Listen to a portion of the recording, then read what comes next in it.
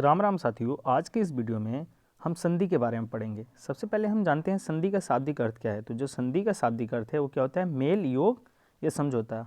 ठीक है, इसकी परिभाषा क्या हो गई? दो निकटवर्ती वर्णों का मेल क्या कहलाता है?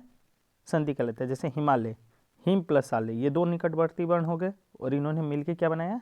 हिमालय। अब हम संधि के भेद के बारे में पढ़ लेते हैं।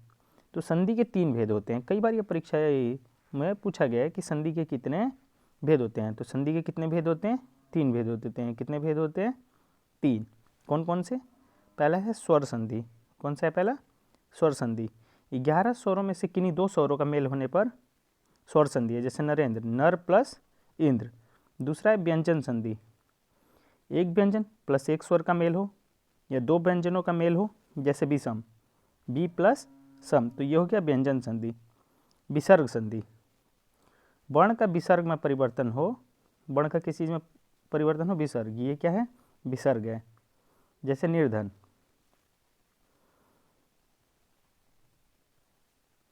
नी प्लस धन, ये क्या है? विसर्ग है। तो जब भी वर्ण का विसर्ग में परिवर्तन हो वो क्या है? निर्धन है। अब हम आपको स्वर संधि पहचानने की सबसे आसान ट्रिक बता रहे हैं। स्वर संधि के भेद। स्वर संधि के कितने भेद होते हैं? स्वर संधि के 5 भेद होते हैं। कौन कौन से? पहला है दीर्घ संधि। अब दीर्घ संधि कैसे पहचाने? दो सजातीय वर्णों का मेल, दो सजातीय वर्ण हो या बड़ा वर्ण आ ई उ री आए। जैसे विद्यालय, विद्यालय में यहाँ क्या आ रहा है? आ रहा है, तो यहाँ आ रहा है, विद्या प्लस आलय, ये क्या हो गया? दीर्घ संधि। जहाँ भी दो सजातीय वर्णों का मेल हो या बड़ा वर्ण आ ई उ री आए, ये क्या है? दीर्घ संधि है। दूसरा यण संधि। यण संधि कैसे पहचाने? शब्दों के बीच य र ल व हो, क्या हो? य र ल व हो, तो इनसे पहले आधा व्यंजन हो। जैसे इधर देखिए, अत्याचार, यह है, यह के पहले क्या है? आधा व्यंजन है। वह है, वह के पहले क्या है? आधा व्यंजन है। तो अत्याचार, अन्वेषण, ऐसे जो भी जहाँ भी शब्दों के बीच य र ल व हो और इनके पहले आधा व्यंजन हो, वो क्या है? यण संधि है। अब आगे गुण संधि कैसे पहचाने? शब्दों के बीच एक मात्रा ए ओ की हो।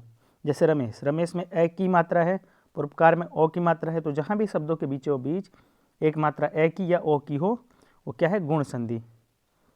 वृद्धि संधि, शब्दों के बीचों बीच दो मात्रा वाले शब्द, जैसे ए की मात्रा हो या ओ की मात्रा हो। जैसे देखिए, सदैव में ए की मात्रा है, तथैव में ए की मात्रा है, एक में ए की मात्रा है, तो क्या हो गया? वृद्धि संधि हो गया। अयादि संधि, शब्द तीन वर्णों से मिलकर बना होता है। किससे बना होता है? तीन वर्णों से मिला होता है और टुकड़े या खंड करने पर कोई अर्थ नहीं होता। जैसे नय, नय प्लस अन, अन का कोई अर्थ नहीं है, नय का कोई अर्थ नहीं है। पवन, प प्लस अन, इसका भी कोई अर्थ नहीं है।